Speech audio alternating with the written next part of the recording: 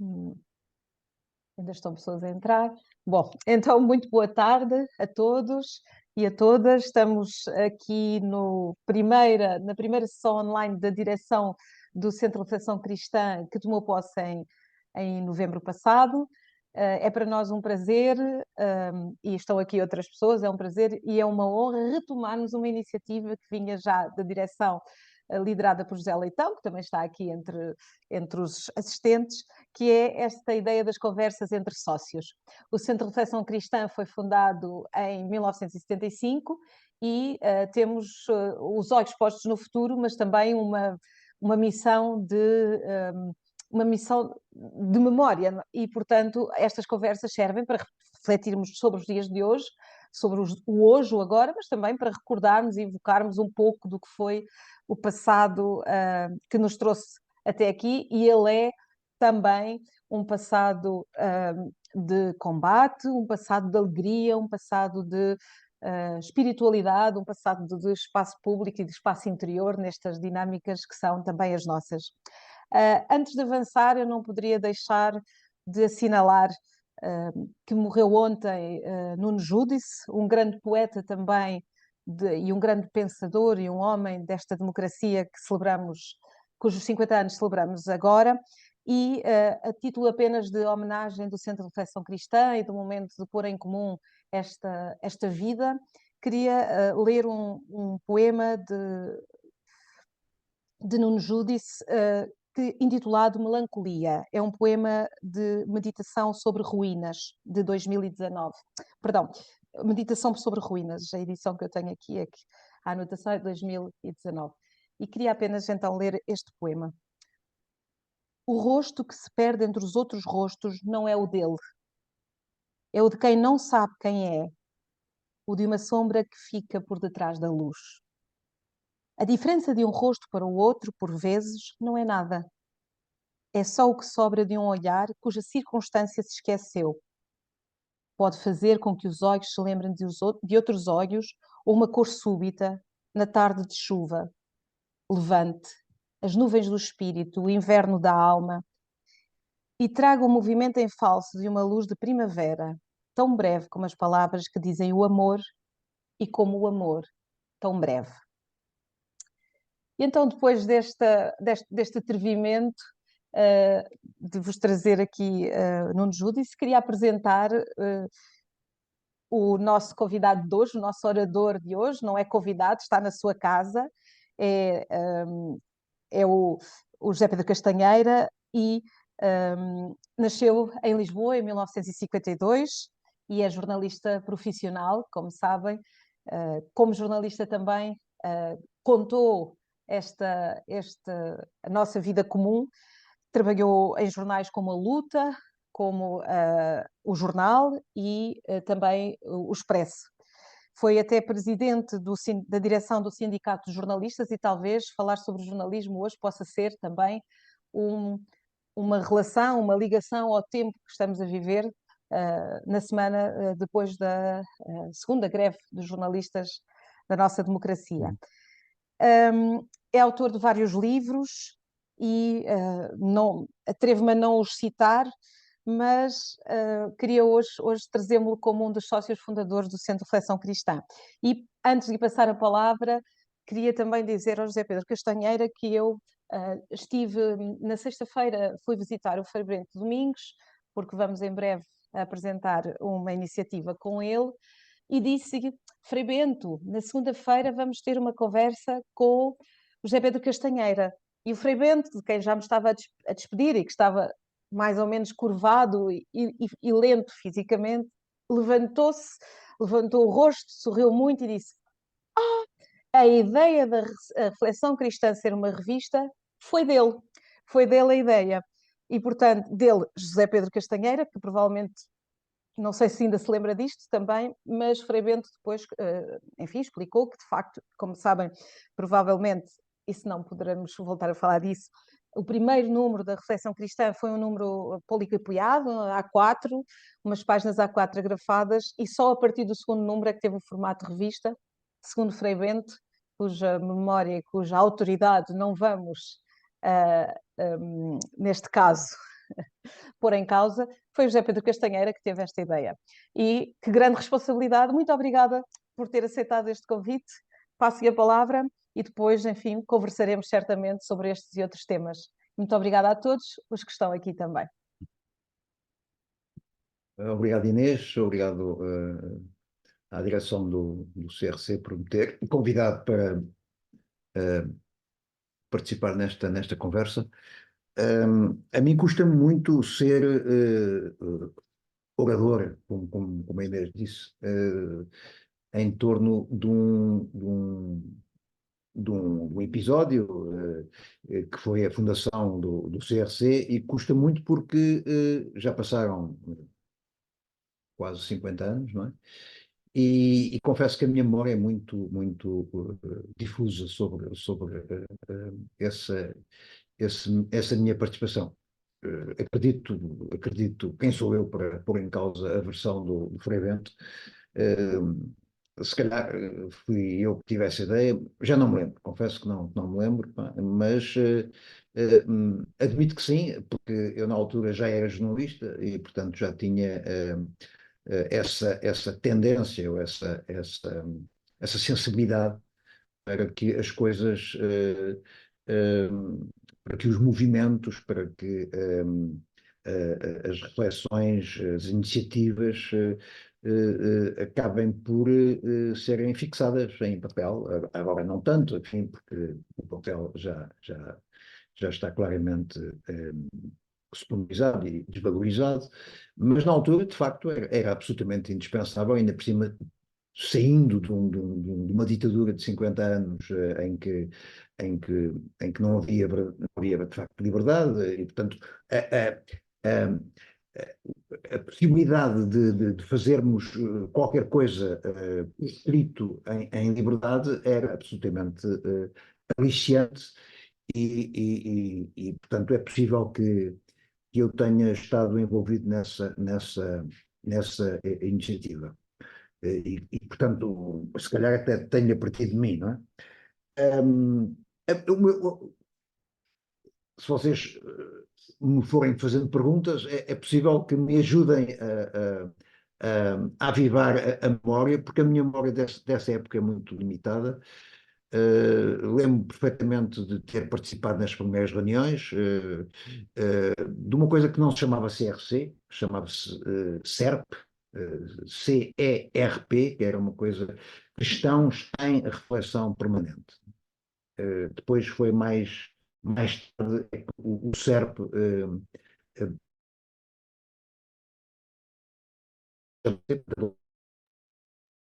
Ficámos aqui sem o ouvir. José Pedro, estamos sem o ouvir, mas esperaremos um bocadinho.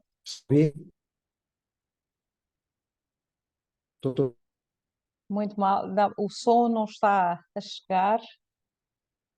Aqui a informação que que o Zoom me dá é que o José Pedro Castanheira está com pouca largura de banda. O que isso significa?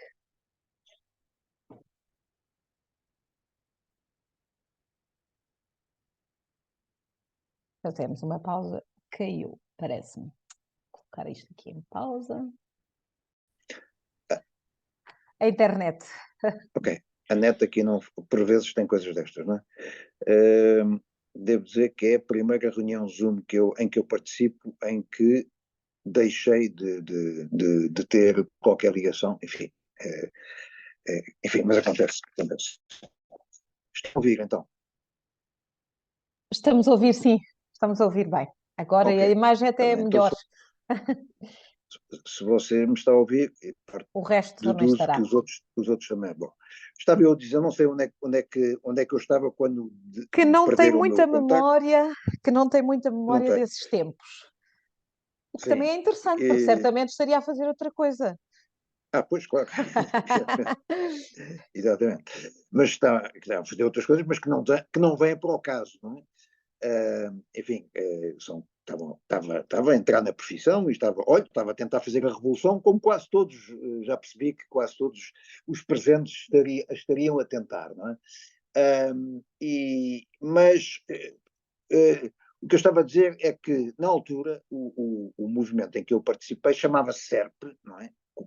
Cristãos em Reflexão Permanente, e que depois passou a designar-se de uma forma diferente, de uma forma mais aceitável, enfim, e pronto, ficou o CRC, ficou, e ainda bem que ficou, e já vai fazer quase 50 anos, e está viva e de boa saúde, como se prova. Na altura, as reuniões eram. Reuníamos uma dezena de pessoas, nem isso, era um grupo muito, muito reduzido. Infelizmente, alguns deles já faleceram. Manuel Silva, digamos, era talvez um dos rostos mais conhecidos e uma das mais entusiastas destas reuniões. A Manuel Silva, é indiscutível, não é? Outra pessoa que já faleceu, infelizmente, era o historiador José Matoso. E depois outro que está falecido era o Frei Luís França, portanto, dominicano, tal como o Frei Bento, o Bento, naturalmente, que também participava. Eles normalmente não participavam os dois ao mesmo tempo, iam-se revezando, não é? O Luís de França e o Bento Domingos. Entre os sacerdotes havia uma presença muito constante, e esse, felizmente, ainda está vivo, que é o padre Agostinho Jardim Gonçalves, que tinha participado, tinha tido responsabilidades muito grandes no Movimento Mundial dos Trabalhadores Cristãos, na LOC, e que estava em Portugal na altura. Tenho ideia que estava como jornalista, como eu, mas no Jornal República, não é? E participava sempre nestas reuniões, bem como o Fernando Gomes da Silva, que viria a ser mais tarde Ministro da Agricultura no, suponho, primeiro governo de António Guterres, não é? Falta aqui uma pessoa que também participava sempre, que era a minha mulher, Maria Lúcia Leitão, portanto a irmã do José Leitão, que vocês conhecem melhor o José Leitão do que a Lúcia Leitão. A Lúcia é a minha mulher, ela também ativamente nestas. O que é que nós fazíamos nestas reuniões? Para além de discutir a situação política e social e cultural e as responsabilidades que os cristãos tinham ou não tinham na transformação da sociedade portuguesa, porque de facto a transformação era a palavra de ordem do dia, nesses tempos da Revolução, 74, 75, não é? Eu tenho ideia que, de facto, as primeiras reuniões, mas poderei estar enganado, eu tenho ideia que as primeiras reuniões do SERP ter-se-iam realizado até ainda em 1974, não é? Mas, enfim, posso estar enganado. A minha memória, como disse, é bastante difusa, não é? Portanto, o transformar, o intervir, o participar, era aquilo que a todos dizia respeito, era digamos, era uma exigência, era um desafio permanente, e, portanto, nós achámos que a melhor forma de o fazer era intervindo através de textos, de reflexões, comunicados que fomos fazendo. Alguns eram, digamos, relativamente internos, reservados, outros não, foram adquirindo uma dimensão, uma expressão pública e eram distribuídos por alguns órgãos de comunicação social que, na altura, davam-lhe alguma publicitação, não é? E, portanto, foi este o objetivo dessas reuniões, refletir e depois sintetizar a nossa reflexão em comunicados que fossem compreensíveis por a generalidade das pessoas, portanto, com uma atenção especial à linguagem, porque essa era uma das prioridades, utilizar uma linguagem que fosse compreensível, que fosse acessível ao comum dos leitores, da opinião pública, não é? E eu acho que, de certa maneira, conseguiu sempre, até porque, como havia gente com prática de escrita, e designadamente alguns jornalistas, é o caso, eu enfim, na altura era ainda um jovem estagiário de jornalismo, mas o Jardim Gonçalves era um homem muito mais batido e tal, como jornalista, e portanto era capaz de exprimir por escrito reflexões complexas, delicadas, profundas, mas de uma forma que fosse compreensível e acessível. Isso era de facto sem os chavões da época, vivíamos, todos nós nos lembramos disso, em que o discurso político e o discurso público era muito marcado por palavras de ordem, por chavões, uma grande dose também de demagogia, sejamos sinceros e reconheçamos, e nós procurávamos, digamos, não cair nesses riscos, e pronto, e os comunicados, eu tenho aqui em casa uma coleção desses comunicados, falam por si, não é? Portanto, são estas as recordações que eu tenho do CERP/CRC. Depois participei em vários colóquios do CRC, escrevi escrevi um ou outro artigo na revista do CRC, mas depois deixei, digamos, de participar. Vocês saberão provavelmente que há muito tempo, há muitos anos que eu nem as cotas pago, não é? Portanto, Mas isso não pode-se sou... resolver. As cotas, nós fazemos aqui um perdão. Ok. Não. Portanto, digamos, a minha relação com o CRC foi-se afastando, portanto, hoje em dia não me considero propriamente uma pessoa ligada, se quiserem, sou um simpatizante do CRC, não mais que isso, não é? E pronto, se vocês me quiserem fazer algumas perguntas, talvez me ajudem a avivar a memória, mas é um pouco aquilo que me lembro e que seja útil para dizer, não é? Pelo menos para começar.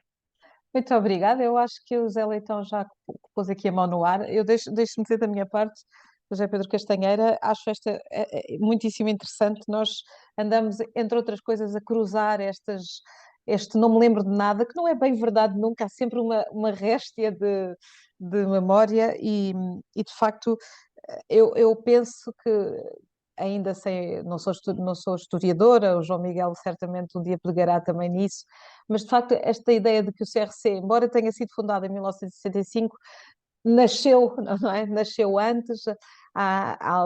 Nós temos alguma documentação também que fala numa comissão instaladora, numa série de reuniões que antecipam essa fundação, essa escritura oficial de outubro de 75. Mas José, tens a mão no ar. Não, eu queria apenas dizer o seguinte. Eu acho interessante esta referência que ele fez ao CERP, que o Zé Pedro fez ao CERP. A minha ideia é interessante e até pelo seguinte: eu penso que o CRC é o desaguar de um conjunto de atividades de vários movimentos cristãos num certo momento. É interessante esta referência ao CERP, mas é público e notório que uma das origens do CRC esteve ligada ao antigo ISET. Aliás, o José Pedro julgo que ainda tem a coleção completa das revistas do ISET. E, portanto, foi com o encerramento do ISET que uma série de pessoas que efetivamente vieram também, vieram para o CRC e digamos, isso urgiu mais da parte da criação do CRC. Eu acho, portanto, que há uma confluência de um conjunto de movimentos do qual o CERP é um elemento, digamos assim. O CERP os comunicados do CERP, que são anteriores à formação do CRC, pelo menos uma parte deles, não digo que sejam todos, estão publicados em livro. Foram editados pelo Lumeiro há uns anos.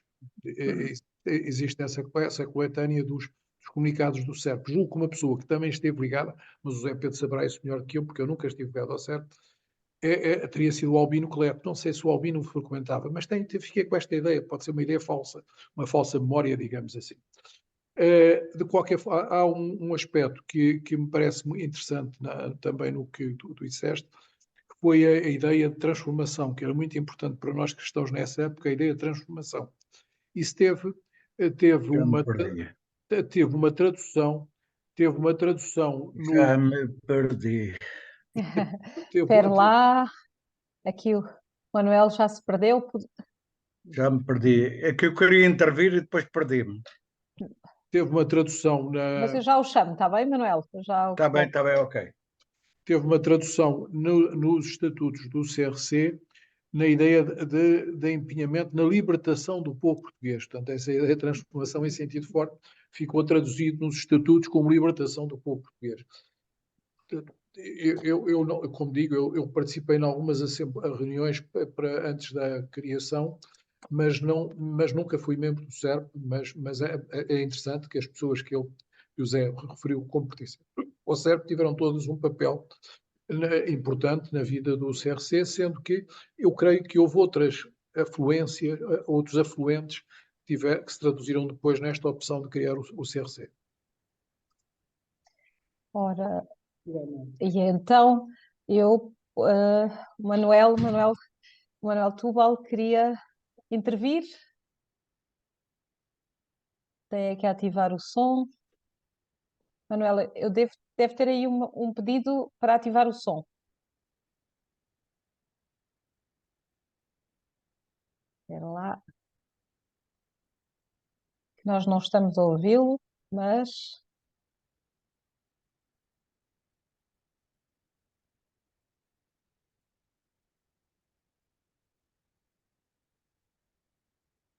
Estava a tentar. Eu pedi aí para ativar o som.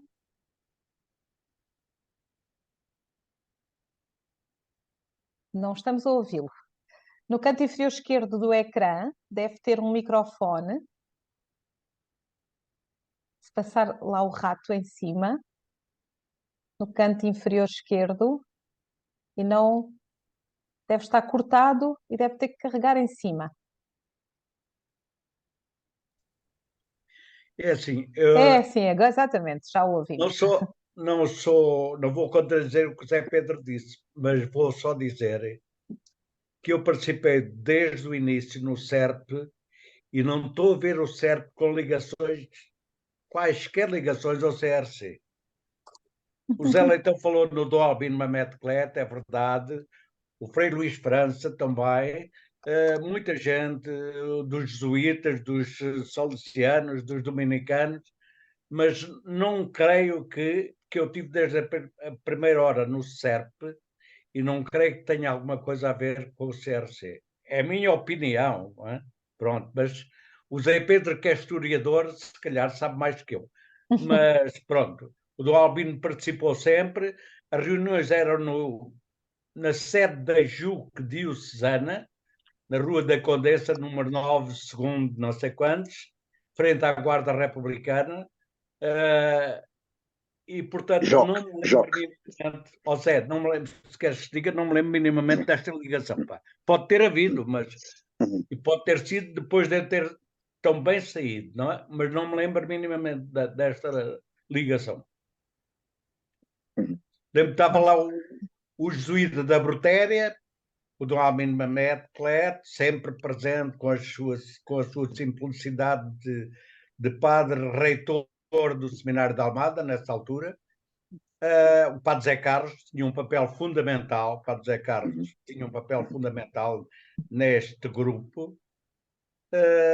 E as discussões entre um advogado, que era o Mário qualquer coisa ligado aos jesuítas, e o Luís França, eram umas discussões que dava até cair para o lado, não é? Quer dizer, nunca se entenderam no CERP, mas pronto, já lá vai.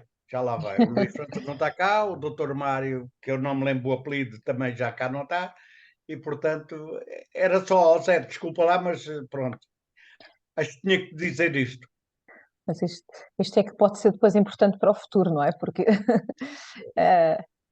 para nós termos esta. Há uma coisa que eu imagino que, enfim, pode haver, e sabemos que há na história, no testemunho, não é? A ideia do testemunho. Nós esquecemos, porque a memória é inventada a partir do presente, é criada a partir do presente, e de facto nós todos já tivemos essa experiência individual ou às vezes coletiva de que a memória do que vivemos em conjunto não coincide uns com os outros. Mas a minha pergunta, se calhar agora ao José Pedro Castanheira, era um bocadinho mais do que os factos, o que é que recorda, ou se é que recorda alguma coisa, já nos falou da transformação, do intervir, do fazer a revolução, mas como agente e como espectador, o que é que recorda do papel dos católicos nesse momento de transformação do país, desde no período do revolucionário e, enfim, nos inícios da nossa democracia? Portanto, não é uma questão historiográfica, é mesmo uma questão memorialística da sua experiência, da sua vivência. Sim. Bom,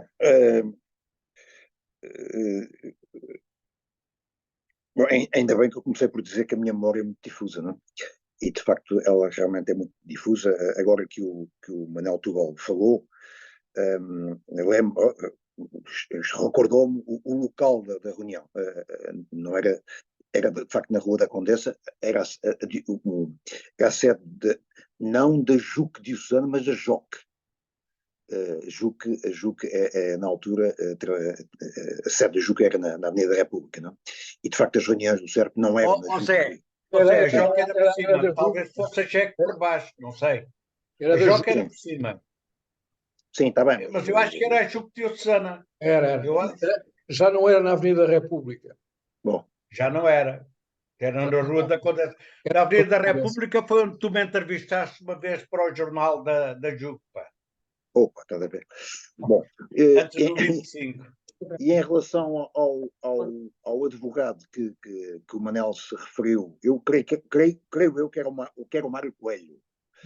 Creio que era o Mário Coelho, que era um homem que depois mais tarde esteve ligado... Mário Coelho, exatamente, Mário Coelho. Esteve ligado depois à Rádio Renascença, teve uma relação com a Rádio Renascença e de facto era interessante assistir àquelas discussões, enfim, mas discutia-se, isso era bom. Era bom que... bom, o que é que eu reservo, o que é que eu guardo de... eu guardo tanta coisa, desde, por exemplo, a manifestação que houve em frente do Patriarcado, que foi uma coisa marcante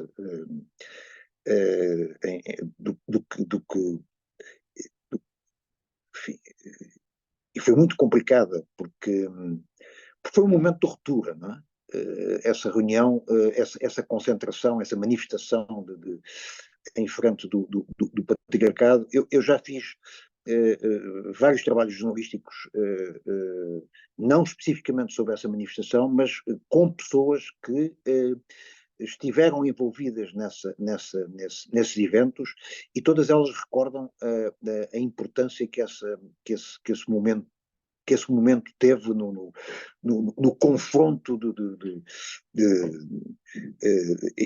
entre católicos, porque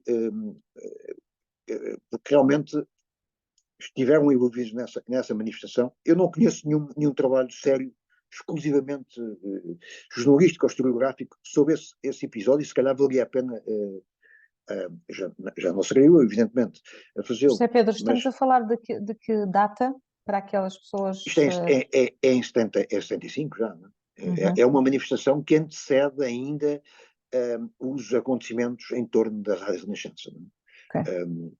Portanto, depois é a Rádio Renascença que polariza grande parte das atenções e das tensões em torno da Igreja e sobre a participação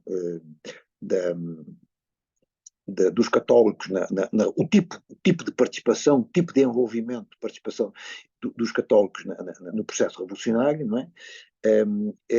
Mas essa concentração é extremamente interessante e está por contar quem esteve por trás, quem promoveu, quem esteve presente, os interesses que se revelaram, etc. Não é? Eu li há pouco tempo, há 15 dias, 3 semanas, um livro que passou praticamente desconhecido da opinião pública, que é um conjunto de entrevistas, 10 entrevistas, de sindicalistas, quase todos eles ligados ao PCP.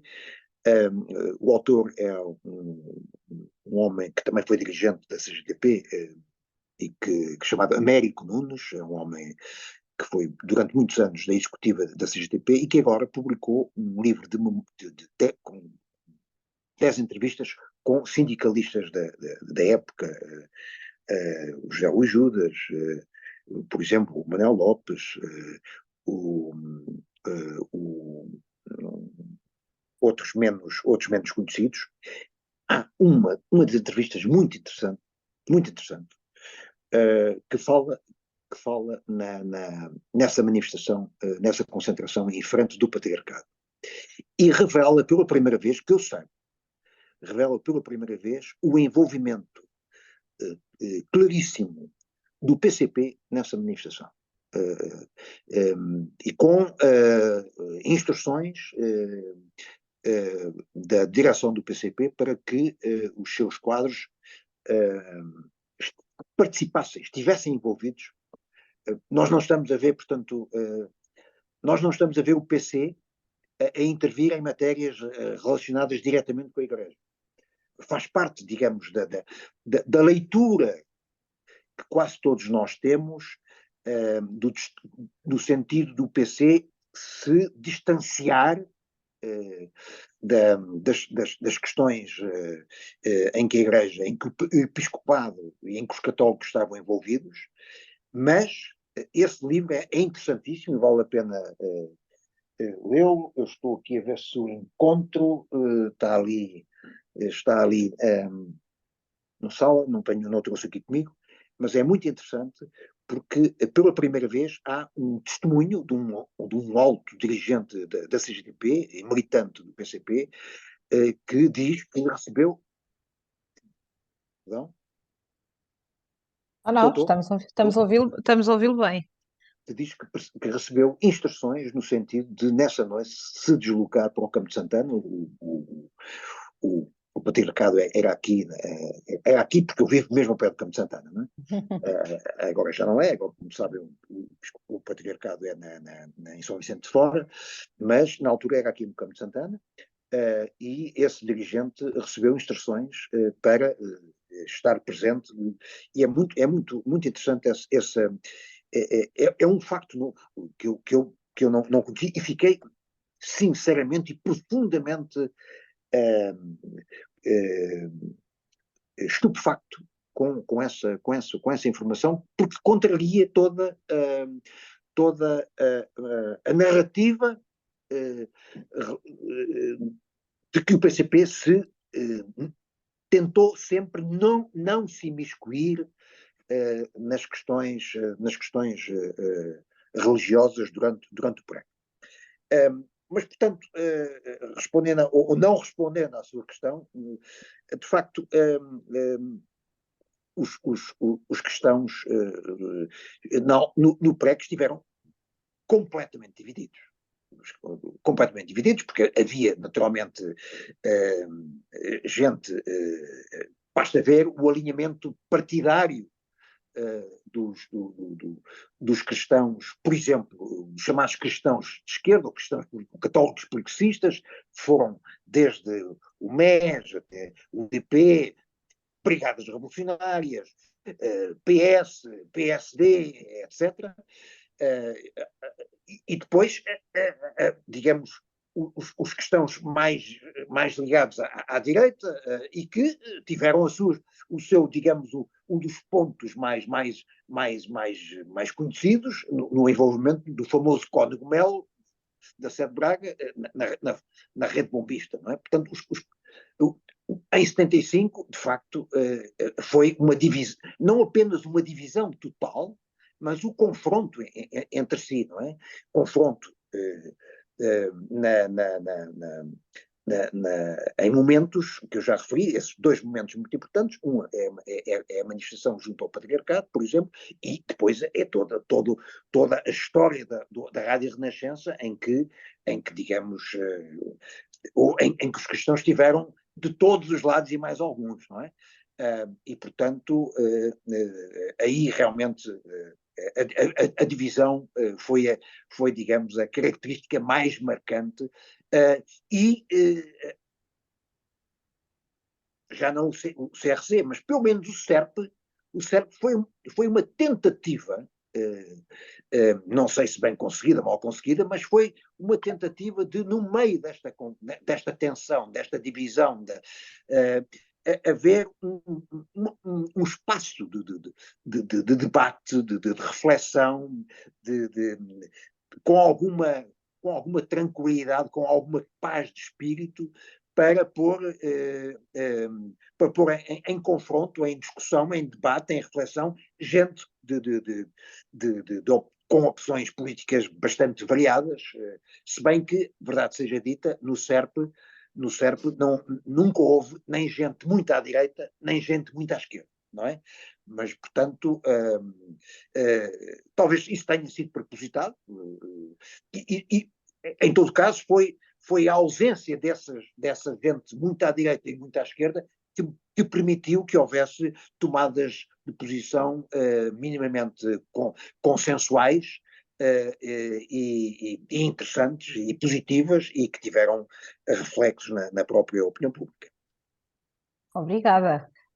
José Leitão, levantaste a mão.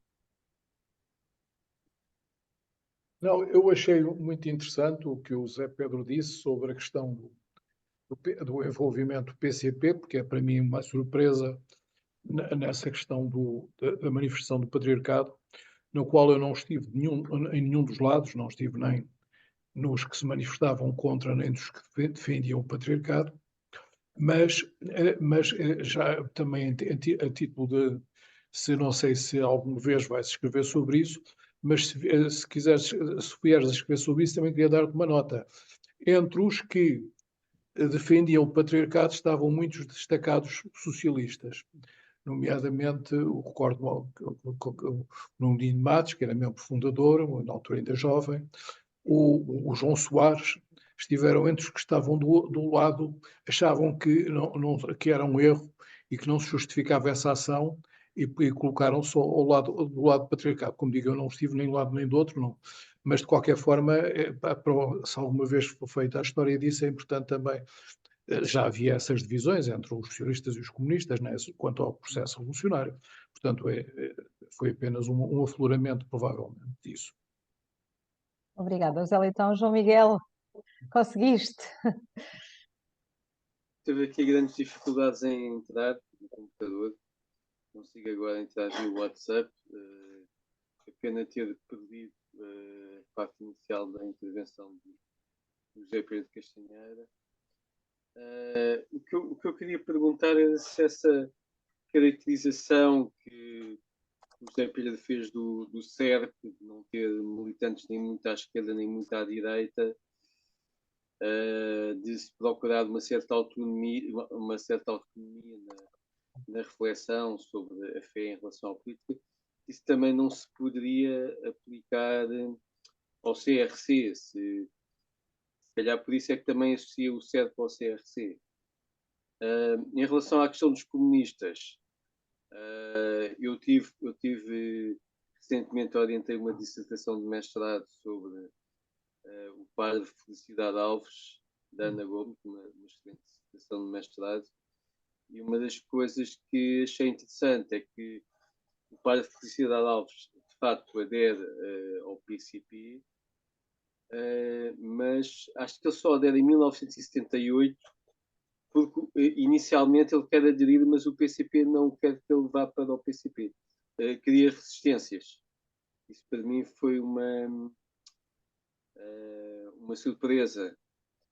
Porque, de facto, o Padre Felicidade Alves tinha sido uma figura muito carismática e muito importante no final da ditadura, e seria uma mais-valia para o PCP, mas parece que só quando já a democracia está mais estabilizada e quando há maior estabilidade política é que o PCP realmente favorece, admite o Padre Felicidade Alves.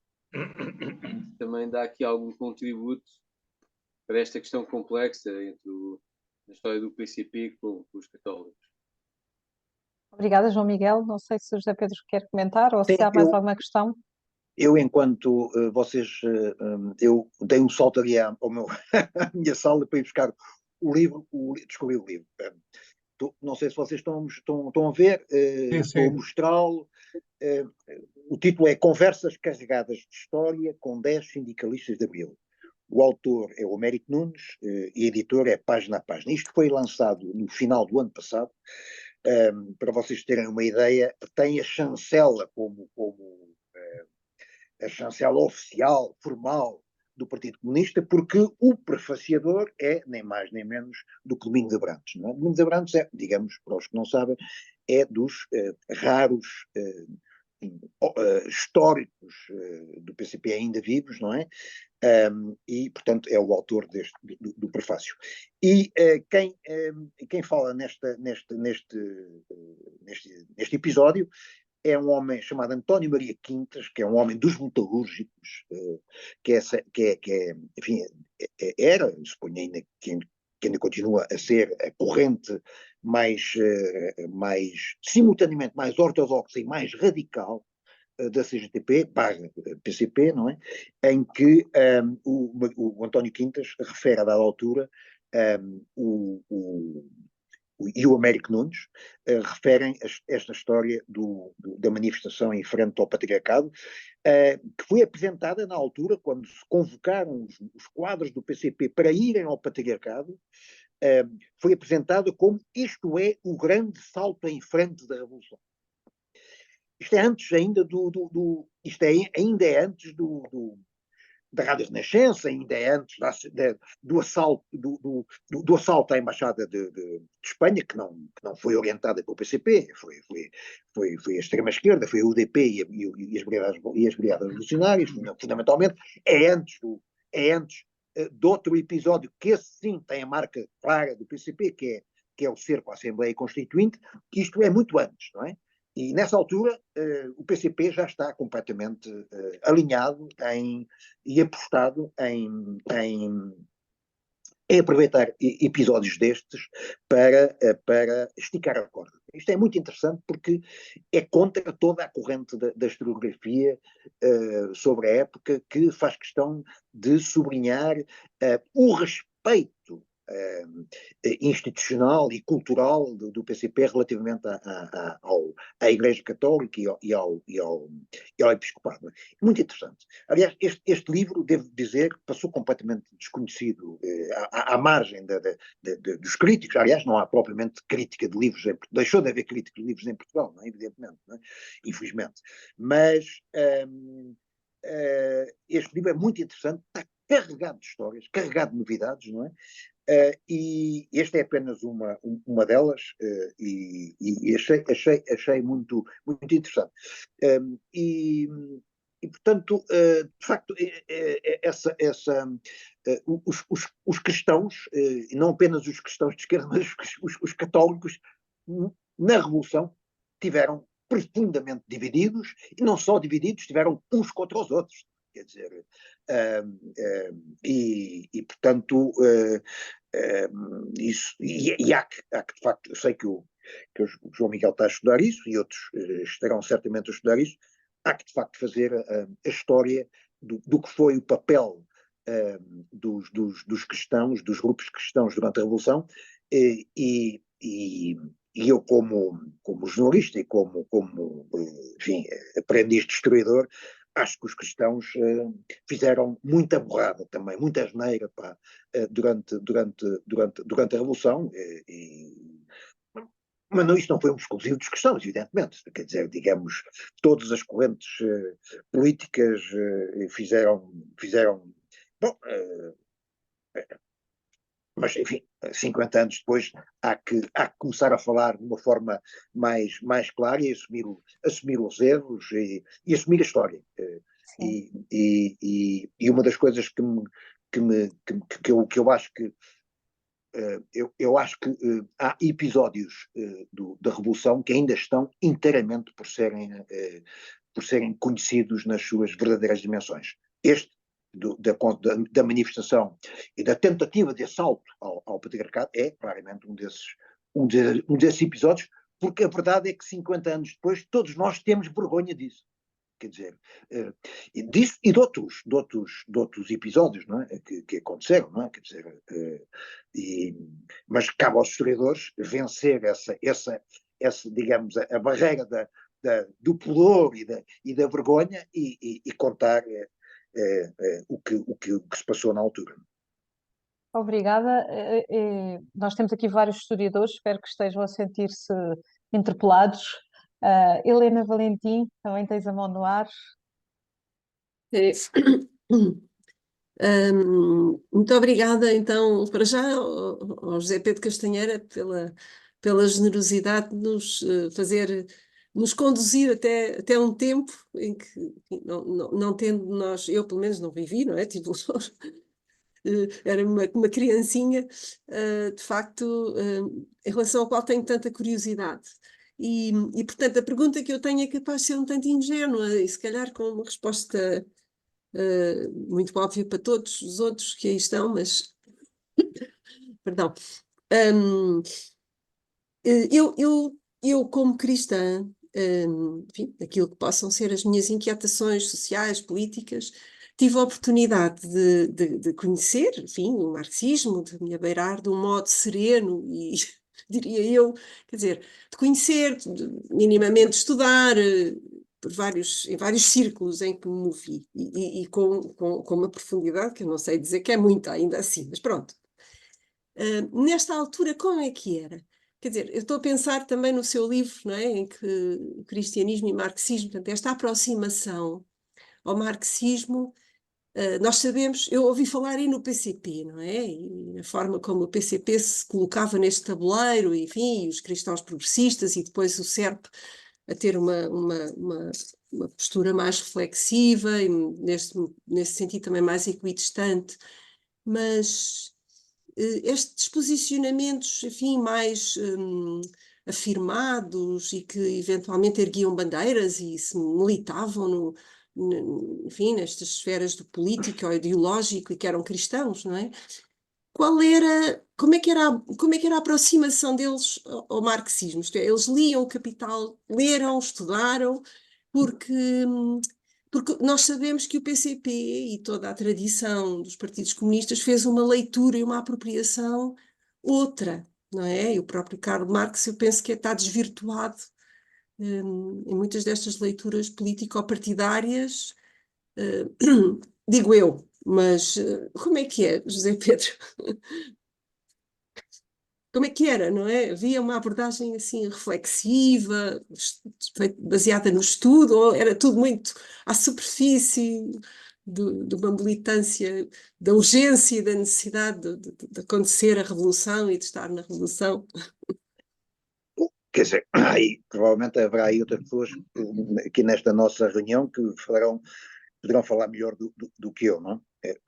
Até porque eu nunca pertenci ao PCP, nem sequer a partidos de extrema esquerda. Eu tive uma rápida passagem pela Juventude Socialista e saí rapidamente quando percebi que a direção do PS na altura tinha uma relação um pouco complicada com os jornalistas e com os seus jornais. Eu comecei por trabalhar na Luta, que era um jornal ligado claramente ao PS, tinha sido financiado pelo PS e criado verdadeiramente pelo PS para apoiar os jornalistas do caso República, não é?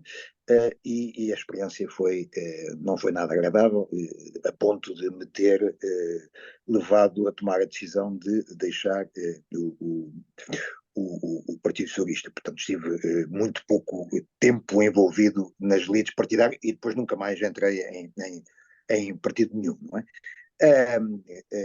Mas, ouça, os tempos lá, a literatura não faltava. Quer dizer, mesmo antes do 25 de Abril, era muito fácil encontrar literatura, clássicos do marxismo à venda em Portugal. Havia, digamos, uma verdadeira rede de edição e de distribuição e de venda mais ou menos clandestina de todo tipo de literatura de autores de influência marxista. Não é? Não só Marx, Engels, Lenin, Stalin, Mao Tse-tung, Fidel Castro, sei lá, Charles Bethlehem, havia digamos, Trotsky, evidentemente, claro, havia era muito fácil encontrar a sociedade portuguesa, na altura, em 73, 74, 72, estava de facto em verdadeira ebulição e a imensa criatividade. Apesar da repressão que era visível, apesar da censura, apesar de toda a legislação que tinha sido aprovada, por exemplo, contra as cooperativas de caráter cultural, a verdade é que eu próprio tive a possibilidade de constituir uma biblioteca relativamente bem municiada de autores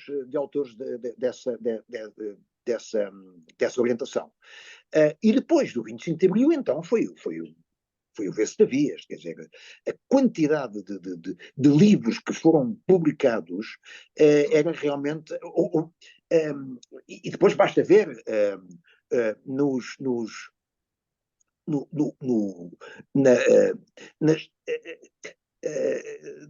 os jornais na altura, em dois o fazem, não é? Trazem habitualmente, semanalmente, quinzenalmente, uma coluna sobre os livros mais vendidos da semana, ou da quinzena, ou do mês, não é? E eu como tive que escrever sobre o Expresso mais tarde, e tive acesso àquilo que o Expresso aos cortes de censura feitos ao Expresso, ainda antes do 25 de Abril, na coluna dos livros na estatística dos livros mais vendidos em Portugal, grande parte desses livros eram de pendor marxista, o que é espantoso, não é? O que revela só por si que, de facto, havia havia não estou a falar em clandestino, não eram publicações clandestinas.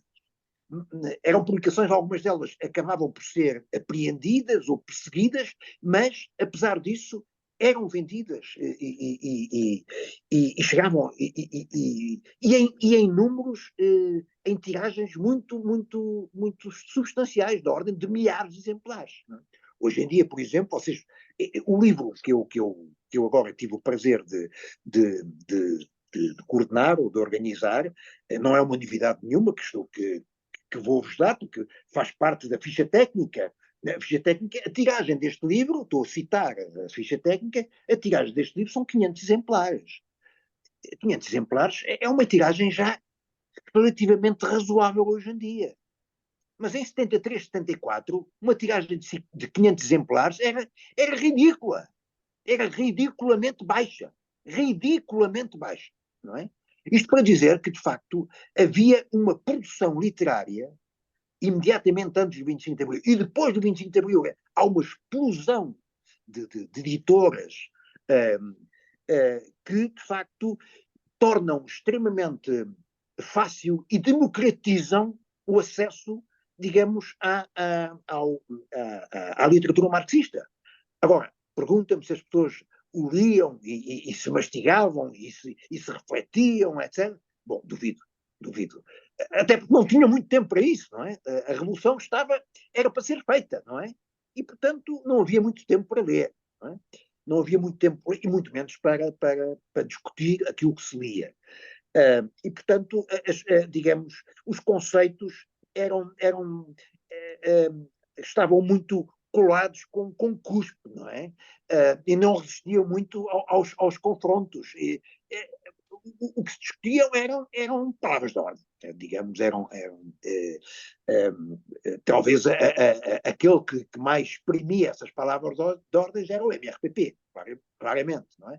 Digamos, toda a literatura jornalística e não só do MRPP era feito de meia dúzia de palavras de ordem, meia dúzia de conceitos e pronto, que serviam para analisar, interpretar, justificar tudo e mais alguma coisa, não é?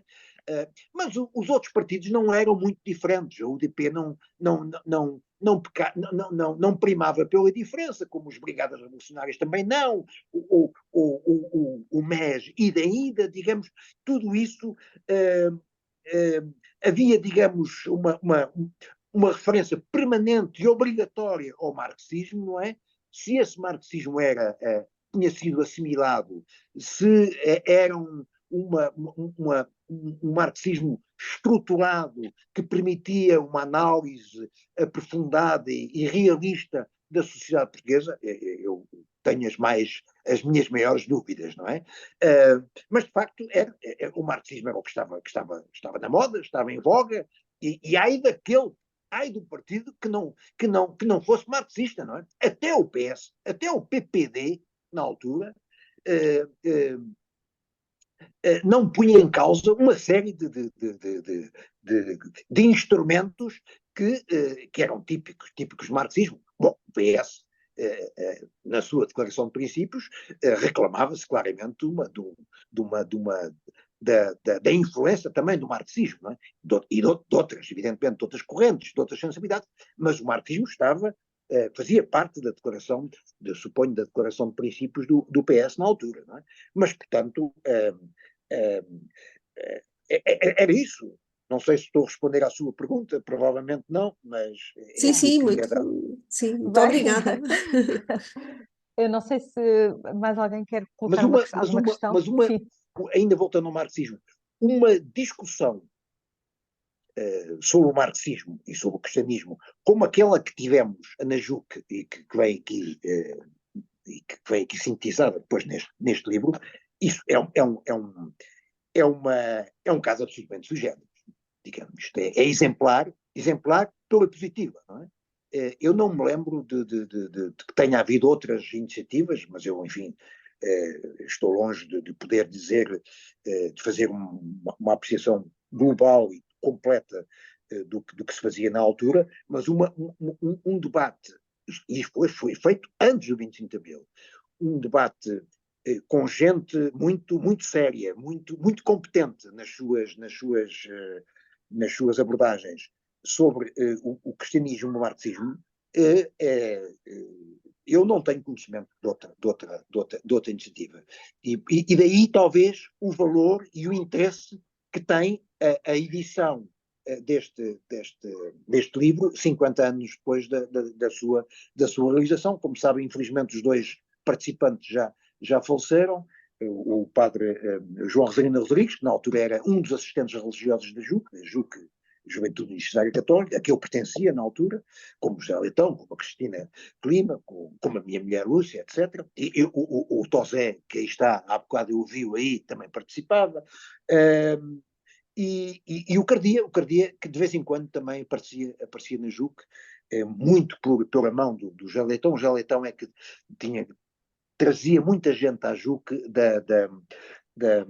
de gente que mais tarde viria a estar com grandes ligações e responsabilidades do PS. Eu lembro, foi na JUC que eu conheci o António Reis, o Mário Mesquita, o Mário Souto Mel Cardia, o Alberto Arons Carvalho, o Jaime Gama, e tenho ideia, não sei, que foi tudo gente que foi sendo levada, nenhum deles foi cristão, ou muito menos católico, não é? Mas era gente que de vez em quando passava, eu ia à JUC, trazida pelo Jalitão, e alguns deles participavam em colóquios organizados pelo JUC, que tinham. Olha, o outro que participou num colóquio desta série foi, por exemplo, o Francisco Marcelo Curto, também mais tarde viria a ser dirigente e até ministro do Partido Socialista, não é?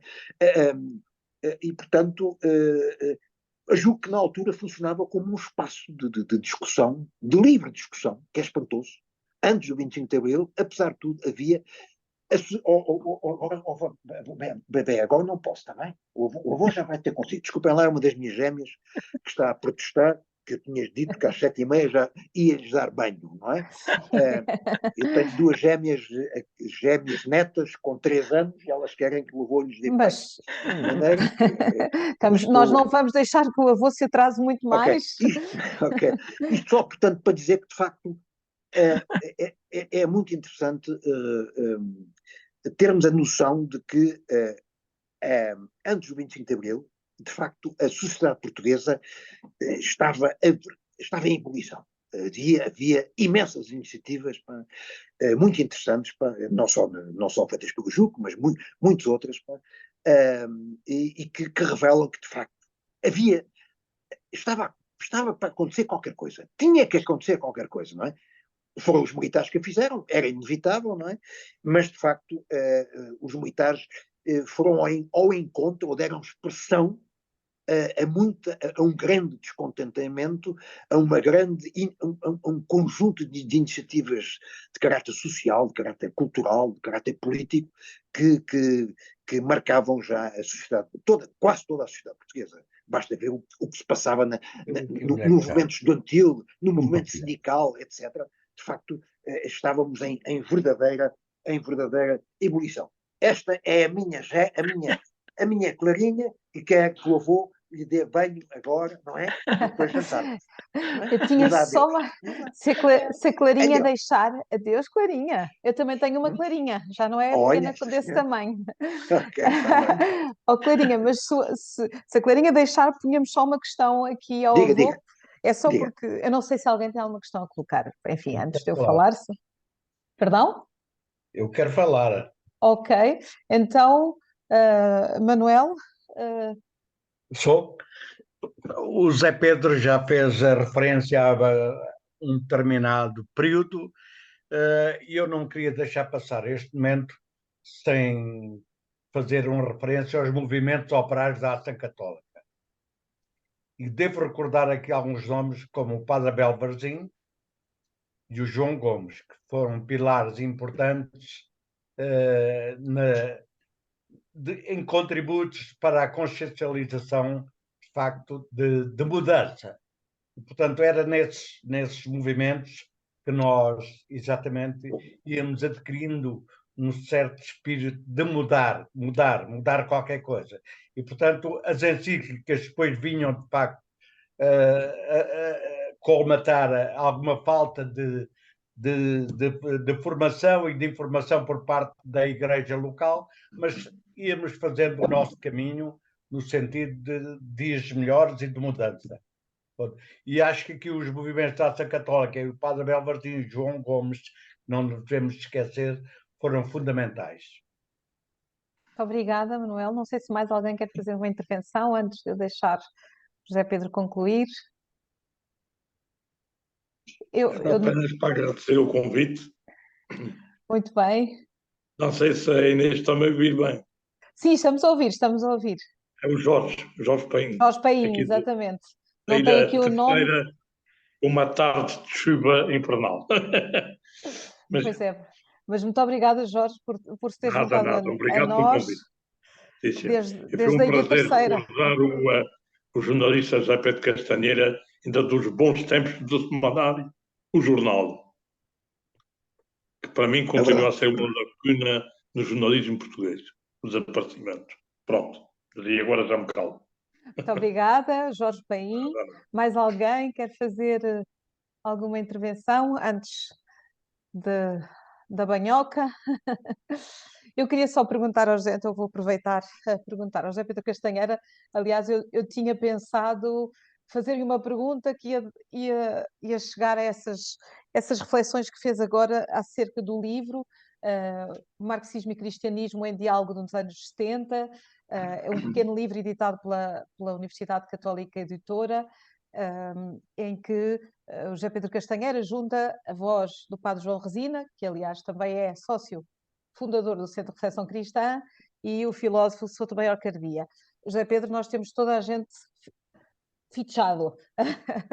Não sei se agora o José Pedro caiu, enfim, a ligação. Eu penso que sim, fazemos uma pausa até ele regressar. Duas boas-vindas à Cátia Rosas, entretanto também se juntou a nós. Não sei se o Tosé quer dar um testemunho, agora que sabemos que andaste metido. Estás sem som.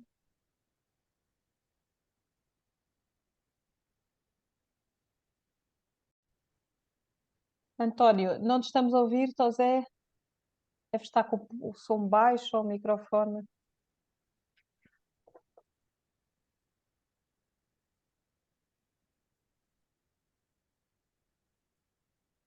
Não te ouvimos. O microfone não está a funcionar. Já percebi que ligaste. Sim, Agora ouve-se. Então, ok. O testemunho que eu posso dar é de facto dessa época de 73 e 74, toda essa movimentação. Pronto, na altura eu entrei para a JUC, creio que em março de 73, e a primeira pessoa com quem eu encontrei à entrada na rua, na Avenida da República 84, no Quinto, foi o Zé Leitão, que na altura fazia, digamos, alguma triagem, creio eu, porque cada vez que aparecia alguém de novo havia sempre um bocado a ideia de vamos lá ver quem é esta pessoa que aparece aqui, porque isso pode correr mal, não é? Porque creio que já tinha havido pessoas que tinham, pronto, alguém da PID ou informadores que podiam entrar e que podiam comprometer aquela casa, que naquele caso em concreto, digamos, cheia de estudantes em diversos graus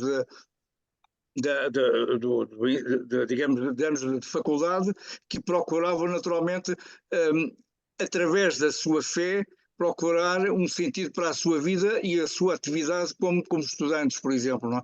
E, portanto, era natural que quando há, digamos, a explosão depois da Revolução, que quase toda a gente, alguns foram à procura de outras coisas, porque de facto a sua fé já não era suficientemente motivadora e agregadora para poderem continuar o seu desejo de atividade política e de protagonismo político. E daí a divisão daquilo que o Zé Pedro Castanheira deu indicação, que, digamos, atingiu quer os que estavam antes, quer os que estavam dentro e fora já dos partidos, etc., não é? Porque naturalmente alguns só se revelaram depois de terem participado mais tarde, não é? Pronto, é uma das situações interessantes desse processo que foi importante, digamos, a mim em particular, na minha própria formação e na maneira como pude encarar, digamos, durante toda a minha vida como estudante e como profissional, todo esse tipo de debates que também nos ajudaram muito a definir objetivos, a definir princípios e a confrontar diferentes opiniões, não é? E daí a importância desse debate que eu tive presente naturalmente do Padre Resina com o Sotomayor Cardia. muito obrigada, Tosé. Obrigada. Eu penso que por uma questão operacional vamos ser muito pragmáticos. Eu vou terminar esta sessão partilhando convosco, enfim, para aqueles que possam não ter ainda tido conhecimento mais concreto, o site aqui da UCP Editora com o livro de que falámos, o livro agora mesmo editado, organizado pelo José Pedro Castanheira, mas também com textos de António Marujo, de Carlos Leone e do Pedro Silva Rei. Portanto, um debate dos anos 70, e a minha pergunta para o José Pedro Castanheira seria: qual é a validade ou qual é o interesse? Era uma provocação, claro, para hoje continuarmos a falar sobre isto. Qual é além deste trabalho de memória, para que é que serve, para que é que nos pode servir a leitura destes textos? Eu acho que essa pergunta, que é uma pergunta para o futuro, ficará com cada um de nós, depois de uma tarde muito, muito atribulada com o Zoom, não nos deixámos vencer. Muito obrigada a todos. Queria agradecer a todos os sócios do Centro de Reflexão Cristã que aqui estão, mas também àqueles que se ligaram, como vimos com o Jorge Paim, desde a Ilha Terceira até outros lugares de Lisboa e do resto do país. Queria também aproveitar para dizer que no dia 16 de abril, é uma terça-feira, teremos também uma sessão online, numa hora ainda a acabar de definir, será sobre os sons de abril, a música está na rua, será uma sessão com o Alfredo Teixeira, professor da Faculdade de Teologia, antropólogo e também, como sabem, compositor, nosso amigo, e que vai preparar uma sessão para celebrarmos o 25 de abril, desta vez online, e em maio, obviamente, teremos as conferências de maio do CRC, que esperamos, cujo programa definitivo esperamos anunciar em breve. A todos, muitíssimo obrigada, uma boa semana e até muito breve. Obrigada. Obrigada. Muito obrigada e muito boa Boa noite. Páscoa para todos. Adeus, boa noite. Boa Boa noite. agenda. Boa